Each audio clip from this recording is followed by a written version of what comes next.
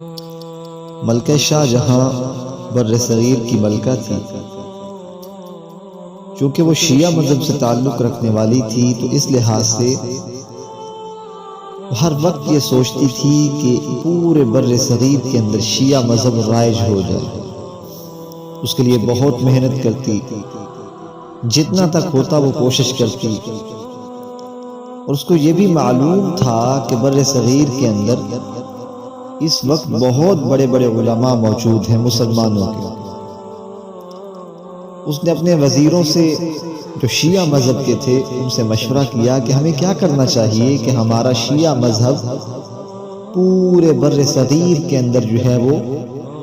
بڑھتا ہوا دکھائی دے۔ تو انہوں نے مشورہ دیا کہ اگر مسلمانوں کے خلاف مناظرے کا سٹیج لگایا جائے اور ہمارے بڑے بڑے ذاکرین کو بلایا جائے ایران سے، کیونکہ ایران ان کا مرکز ہے، وہاں سارے ہی شیعہ موجود ہیں، تو اس وجہ سے انہوں نے کہا کہ ایران سے بہت بڑی تعداد بڑے بڑے ذاکرین کی، بڑے بڑے علماء کی بلائی جائے، جو بر صغیر کے اندر آئے اور حکومتی سطح پر ہماری مکمل حمایت کے ساتھ مناظرہ ہو۔ اس مناظرے کے اندر مسلمانوں کو شکست فاش ہو جائے۔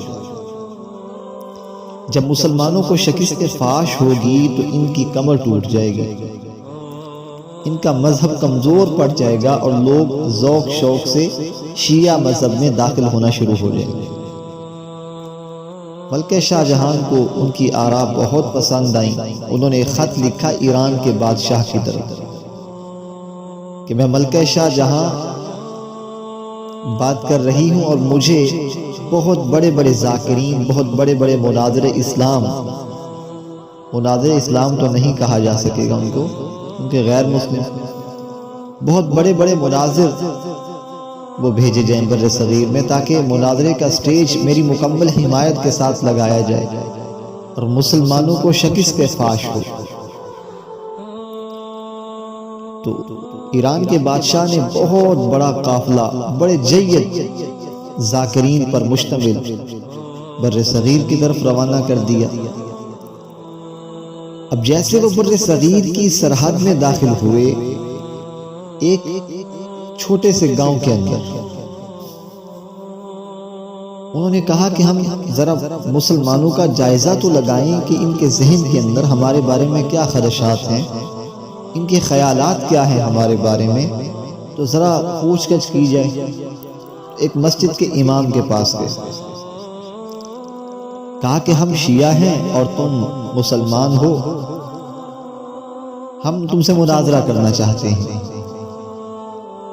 وہ چونکہ امام مسجد تھا، اس نے کہا بھئی میں مناظرہ تو نہیں جانتا،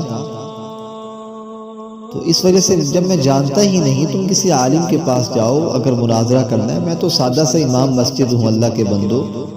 میں آپ کے ساتھ مناظرہ نہیں کر سکتا، نہ مجھے مناظرے سے دلچسپی ہے۔ وہ کہنے لگے چلو مناظرہ نہ کرو، ہم آپ کو اہل بیت کی شان سناتے ہیں۔ اس نے کہا جی بڑی اچھی بات ہے، میں سننے کے لیے تیار ہوں، اہل بیت تو ہمارے ایمان کا جزو لازم ہے، ضرور سنیں گے، ماشاءاللہ آپ بیان کریں۔ اب شیعہ ذاکرین کے ذہن کے اندر یہ بات تھی کہ ہم اہل بیت کی شان ایسی بیان کریں گے کہ گویا یہ ہمارے اندر داخل ہونے کی کوشش کرے گا اور اس کے نظریات جانچنے کا ہمیں موقع مل جائے گا، اس کی دلچسپی اور زیادہ بڑھ جائے گی، جس سے بہت ساری معلومات مناظرے سے پہلے ہی اکٹھی ہو جائیں گی۔ انہوں نے اہل بیت کی شان بیان کرنا شروع کی تو یہ ایک حدیث کے طور پر دلیل پیش کی۔ کہنے لگے کہ سیدنا حسین رضی اللہ تعالیٰ عنہ کو اللہ نے وہ مقام عطا فرمایا کہ جہاں پر ان کی قبر مبارک ہے، قبر کے چاروں اطراف میں 40 میل تک، یعنی 10 میل سامنے، 10 میل پیچھے، 10 میل دائیں، 10 میل بائیں، 40 میل تک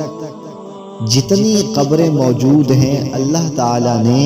سیدنا حسین رضی اللہ تعالیٰ عنہ کی برکت اور فضیلت مقام کی وجہ سے ان تمام قبرستان والوں سے عذاب کو ہٹا دیا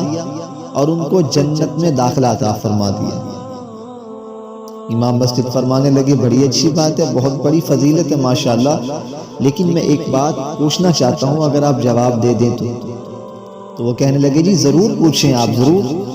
بتانے کے لیے تیار ہیں۔ کہا کہ حضرت حسین رضی اللہ تعالیٰ عنہ کے علاوہ یہ فضیلت کسی اور صحابی کو بھی اللہ تعالیٰ نے عطا فرمائی ہے؟ تو فوراً کہنے لگے نہیں، یہ صرف حضرت حسین رضی اللہ تعالیٰ عنہ کا خاصہ اور خصوصیت ہے، آپ کے علاوہ اللہ نے یہ فضیلت کسی اور کو عطا نہیں فرمائی۔ تو مولوی صاحب فرمانے لگے کہ دیکھو حضرت حسین رضی اللہ تعالیٰ عنہ کو یہ فضیلت کیوں ملی؟ تو شیعہ ذاکر کہنے لگے کیونکہ وہ نواسہ رسول ہیں، لخت جگر زہرہ بطول ہیں، آپ علیہ الصلوۃ کی وجہ سے،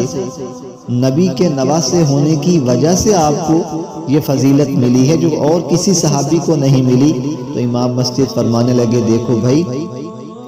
جس کی وجہ سے سیدنا حسین رضی اللہ تعالی عنہ کو یہ فضیلت حاصل ہوئی، یہ خصوصیت ملی کہ اطراف میں 40 میل تک قبروں سے عذاب کو ہٹا کر ان کو جنت میں داخلہ عطا فرمایا اللہ نے، تو جس کی وجہ سے یہ فضیلت حاصل ہوئی اس پیغمبر کا مقام کتنا زیادہ ہوگا؟ وہ کہنے لگے جی بہت زیادہ ہوگا۔ تو فرمایا کہ دور نہ جائیں، پیغمبر کے جو پہلو میں سیدنا صدیق اکبر رضی اللہ تعالی عنہ، سیدنا عمر فاروق رضی اللہ تعالی عنہ جو دفن ہیں، آپ کو ان کے بارے میں کیا خیال ہے؟ تو شیعہ نے جب یہ دلیل سنی اس سادہ سے امام مسجد کی جو بظاہر سادہ سے رکھتے تھے، تو ہکے بکے رہ گئے، حیران رہ گئے۔ تو کہنے لگے ہمیں سوچنے کا موقع دو۔ کہا تمہیں قیامت تک سوچنے کا موقع ہے، تم اس کا جواب تلاش کر کے لانا۔ اگر تمہاری دلیل صحیح ہے تو پھر آپ علیہ السلام کے روضے کے پاس سونے والوں کے بارے میں یہ کہنا پڑے گا کہ وہ پکے جنتی ہیں۔ تو شیعہ جو قافلہ آیا تھا ایران سے، وہ فوراً وہیں سے واپس چلا گیا یہ کہتے ہوئے کہ یہ مسلمانوں کے عام مولوی کا یہ حال ہے، اس کی دلیل کا جواب نہ دے سکے تو ہم شاہی دربار میں بڑے علماء کا جواب کیسے دیں گے، یہ کہتے ہوئے واپس چلے گئے۔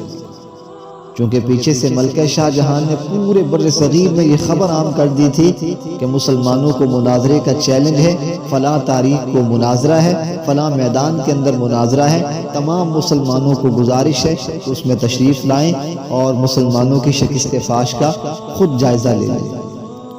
بڑے بڑے بینر چھپوا دیے، بڑے بڑے جو ہے قاصد بھیج دیے دور دراز علاقوں تک۔ جب اعلانات ہو چکے، بعد میں ملکہ شاہ جہان کو جب پتہ چلا